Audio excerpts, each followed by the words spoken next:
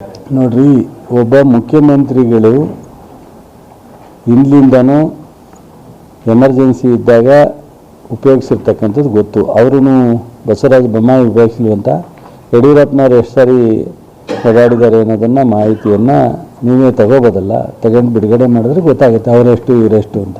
ಜೊತೆಗೆ ಎಲ್ಲಕ್ಕಿಂತ ಹೆಚ್ಚಾಗಿ ಮುಖ್ಯಮಂತ್ರಿಗಳು ಎಲ್ಲರೂ ರಿಕ್ವೆಸ್ಟ್ ಮಾಡೋದು, ಸಾರ್ವಜನಿಕರಿಗಾಗಲಿ ಮಾಧ್ಯಮ ಸ್ನೇಹಿತರಾಗಲಿ ನಾವುಗಳಾಗಲಿ, ಅವ್ರು ರೋಡಲ್ಲಿ ಬಂದರೆ ಸಾರ್ವಜನಿಕರಿಗೆ ತೊಂದರೆ ಆಗುತ್ತೆ ಅನ್ನೋ ದೃಷ್ಟಿ ಮತ್ತು ಟೈಮ್ ಫ್ಯಾಕ್ಟ್ರು ಎಲ್ಲವೂ ಸೇರುತ್ತೆ ಒಬ್ಬ ಮುಖ್ಯಮಂತ್ರಿ. ಅದರಿಂದ ಅವರು ಅನಾವಶ್ಯಕವಾಗಿ ಏನು ಟೀಕೆ ಸಿಕ್ಕಿದಾಗ ಟೀಕೆ ಮಾಡ್ತೀನಿ ಅನ್ನೋರಿಗೆ ಏನು ಮಾಡೋಕ್ಕಾಗುತ್ತೆ ಬಿಡಿ. ನಮ್ಮ ಮುಖ್ಯಮಂತ್ರಿಗಿಂತನೂ ಸರಳವಾಗಿ ಕಡಿಮೆ ಖರ್ಚಿನಲ್ಲಿ ಕಡಿಮೆ ವಯದಲ್ಲಿ ಮಾಡೋರಿದ್ದಾರಾ ಬಿಡಿ. ಅವ್ರ ಬಗ್ಗೆ ಪಾಪ ಯಾರೋ ಇವ್ರು ಹೇಳಿದ್ರು ಜನ ಯಾರು ಕೇಳೋಕ್ಕೆ ಅಡಿಯಿಲ್ಲ. ಸಿದ್ದರಾಮಯ್ಯನವ್ರು ಹಾಗೆ ಹೀಗೆ ಅಂತ ಹೇಳಿದ್ರೆ ಯಾರು ಜನ ಕೇಳೋಕ್ಕೆ ಅಡಿಯಿಲ್ಲ ಬಿಡಿ. ಐಷಾರಾಮಿ ಏನು ಮಾಡೋಕ್ಕೆ ಬಂದಿಲ್ಲ ಅವರು ಕರ್ನಾಟಕ ಭವನದಲ್ಲೇ ಉಳ್ಕೊಂಡಿರೋದು, ಅದನ್ನು 7 ಸ್ಟಾರ್ ಹೋಟ್ಲಲ್ಲಿ ಮಲಗಿಲ್ಲ. ಸೊ ಅವ್ರು ಮಾತಾಡ್ಕೊಳ್ಳಿ ಬಿಡಿ. ಬಿ ಜೆ ಪಿಯವ್ರಿಗೆ ಪಾಪ ಚುನಾವಣೆ ಹತ್ರ ಬಂದಿದ್ದಾರೆ, ಮೋದಿಯವರು ಟಾಸ್ಕ್ ಕೊಟ್ಟಿದ್ದಾರೆ. ಪಾಪ ನೋಡ್ತಾ ಇಲ್ವಾ ಜನತಾದಳದವರು ಹತ್ರ ಪಾಪ ಹೆಂಗೆ ನಿಂತವ್ರೆ ಅಂತ ಮೋದಿಯವರು. ಅವ್ರ ಕಷ್ಟ ಅವರಿಗೆ ಪಾಪ ಅವ್ರು ಅಷ್ಟು ಹೇಳ್ಬೇಡ ಅಂತ ನಾವು ಯಾಕೆ ಚರ್ಚೆ ಮಾಡೋದು ಬಿಡಿ. ಭಾಳ ಖುಷಿಯಾಗವ್ರೆ ನೋಡಿದೆ ಮೋದಿಯವ್ರು ಭೇಟಿ ಆದಮೇಲೆ ತುಂಬ ಖುಷಿಯಾಗವ್ರೆ. ಸೊ ಮೋದಿಯವ್ರಿಗೆ ಇವ್ರ ಅನಿವಾರ್ಯನೋ ಇವ್ರಿಗೆ ಮೋದಿಯವರ ಅನಿವಾರ್ಯನೋ ಎಲ್ಲ ಫೆಬ್ರವರಿ 16-15 ತಾರೀಕು ರಿಸಲ್ಟ್ ಬಂದಮೇಲೆ ಗೊತ್ತಾಗುತ್ತೆ. 28 ಇನ್ನೆರಡು ಎಕ್ಸ್ಟ್ರಾ ಮಾಡಿಸ್ಕೊಳಕ್ಕಾದ್ರೆ ನೋಡೇನ 28 ಅವ್ರಿಗೆ. ಈಗ ನಾವು 100 ದಾಟ್ತೀವಿ ಅಂತಲೇ ಅವ್ರು ಹೇಳಿದ್ದು, ನಾವು 100 ದಾಟ್ತೀವಿ ಅಂತ ಹೇಳಿದ್ದು. ಜನ ನಮಗೆ ಕೈ ಹಿಡಿದ್ರು ಅಲ್ವಾ. 123 ಕುಮಾರಸ್ವಾಮಿ ಅವ್ರು ಹೇಳಿದ್ದು ಎಷ್ಟು? 123 ಮಿಷನ್ 123. ಹಾಂ ಮತ್ತು ತಿರ್ಗಾ ಮತ್ತೆ 15 ರಿಪೀಟ್ ಮಾಡ್ತೀರಲ್ಲ ನೀವು. ಹಾಂ, ಮಿಷನ್ 123.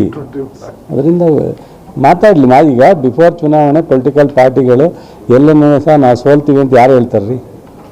ಈಗ ಇಲ್ಲಿ 20 ಜನ ನಿಂತ್ಕೊಳ್ತಾರೆ ನಮ್ಮ ಕ್ಷೇತ್ರದಲ್ಲಿ, 20 ಜನ ನಿಂತ್ಕೊಳ್ಳೋರೆಲ್ಲ ಸೋಲ್ತೀವಿ ಅಂತ ಹೋಗಿ ನಿಂತ್ಕೊಂಡ್ರೆ ಗೆಲ್ತೀವಿ ಅಂತಲೇ ನಿಂತ್ಕೊಳ್ಳೋದು. ಗೆಲ್ಲೋರು ಒಬ್ಬರೇ ಅಲ್ವಾ? ಮಾತಾಡಲಿ. ಅದು ಈಗ ನಮ್ಮ ಪಕ್ಷ ಆಗಲೇ ಅಕ್ರಾಸ್ ದ ಕಂಟ್ರಿ ಖಂಡಿಸಿದೆ. ಇಷ್ಟು ದೊಡ್ಡ ಸಂಖ್ಯೆಯಲ್ಲಿ ಅಮಾನತು ಮಾಡ್ತಕ್ಕಂಥದ್ದು ಪ್ರಜಾಪ್ರಭುತ್ವದ ವ್ಯವಸ್ಥೆಯಲ್ಲಿ ಪ್ರಪ್ರಥಮ. ಇದು ಆಗಬಾರ್ದಾಗಿತ್ತು. ಮೋದಿಯವರು ಇಂಥ ವಿಚಾರಕ್ಕೆ ಕೈ ಹಾಕಬಾರ್ದಾಗಿತ್ತು ಅಂತ ಹೇಳಿ. ಸೊ ಆದ್ರೂ ಸಹ ಅವರು ಉದ್ದಟತನ ಏನೂ ಮಾಡಲಿಕ್ಕಾಗಲ್ಲ. ಕೇಂದ್ರ ಸರ್ಕಾರ ಮಾಡಿದೆ, ಅದನ್ನು ನಮ್ಮ ಪಕ್ಷ ಅಕ್ರಾಸ್ ದ ಕಂಟ್ರಿ ನಾವು ಖಂಡಿಸಿದ್ದೀವಿ. ಇವತ್ತು ಪ್ರತಿಭಟನೆ ನಡೆದಿದೆ. ಕೋವಿಡ್ ಏನೇ ಮುನ್ನೆಚ್ಚರಿಕೆ ಕ್ರಮ ತಗೋಬೇಕು ಅದನ್ನು ಈಗಾಗಲೇ ಆರೋಗ್ಯ ಸಚಿವರು ಮತ್ತು ಇಲಾಖೆ ಮತ್ತು ಅದಕ್ಕೆ ಸಂಬಂಧಪಟ್ಟಂಥ ಒಂದಷ್ಟು ಕೋಆರ್ಡಿನೇಷನ್ ಸಬ್ ಕಮಿಟಿನೂ ಮಾಡಿದೆ. ಮಾನ್ಯ ಮುಖ್ಯಮಂತ್ರಿಗಳು ಸಹ ನಿನ್ನೆ ಪ್ರೆಸ್ ರಿಲೀಸ್ ಮಾಡಿದ್ದಾರೆ. ಸೊ ನಿನ್ನೆ ಕ್ಯಾಬಿನೆಟಲ್ಲೂ ಸಹ ಸುದೀರ್ಘವಾಗಿ ಚರ್ಚೆ ಆಗಿದೆ.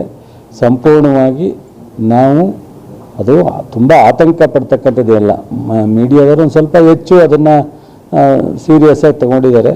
ಆದರೆ ಜನರಿಗೆ ತಿಳುವಳಿಕೆ ಕೊಡೋದ್ರ ಮೂಲಕ ತಗೊಂಡ್ರೆ ತಪ್ಪೇನಾಗಲ್ಲ. ಆದರೆ ಸುಮ್ಮನೆ ಜನಕ್ಕೆ ಗಾಬರಿ ಪಡಿಸ್ತಕ್ಕಂಥ ವಿಚಾರ ಅವಶ್ಯಕತೆ ಇಲ್ಲ ಅಂತೇಳಿ ನಾನು ರಿಕ್ವೆಸ್ಟ್ ಮಾಡ್ತೀನಿ. ಬಟ್ ಈಗ ಏನು ಇತ್ತೀಚಿನದಿರತಕ್ಕಂಥ ವೈರಸ್ ಇದೇನಿದೆ ಅದು ಬಹುಶಃ ತುಂಬ ಅನಾಹುತ ಆಗ್ತಕ್ಕಂಥ ಪರಿಸ್ಥಿತಿ ಇಲ್ಲ. ಆದ್ರೂ ನಾವು ಎಚ್ಚರಿಕೆಯಿಂದ ಇರ್ತಕ್ಕಂಥದ್ದು ನಮ್ಮೆಲ್ಲರ ಜವಾಬ್ದಾರಿ. 60 ವರ್ಷ 70 ವರ್ಷ ಆದವರು ಮತ್ತು ಬೂಸ್ಟ್ ತಗೊಳ್ಳದೇ ಇರ್ತಕ್ಕಂಥವ್ರು ಇವನ್ನೆಲ್ಲ ಒಂದು ಸ್ವಲ್ಪ ಡಿಸ್ಟೆನ್ಸ್ ಮೇಂಟೈನ್ ಮಾಡ್ತಕ್ಕಂಥದ್ದು, ಹೆಚ್ಚು ಸಾರ್ವಜನಿಕ ಪ್ಲೇಸ್ನಲ್ಲಿದ್ದಾಗ ಮಾಸ್ಕ್ ಹಾಕೊಳ್ತಕ್ಕಂಥದ್ದು, ಇದೆಲ್ಲ ಸರ್ಕಾರ ಏನು ಕ್ರಮ ತಗೊಳ್ಳೋಕ್ಕೆ ಸಾಧ್ಯನೋ ಅದೆಲ್ಲ ತಗೋತಾ ಇದ್ವಿ.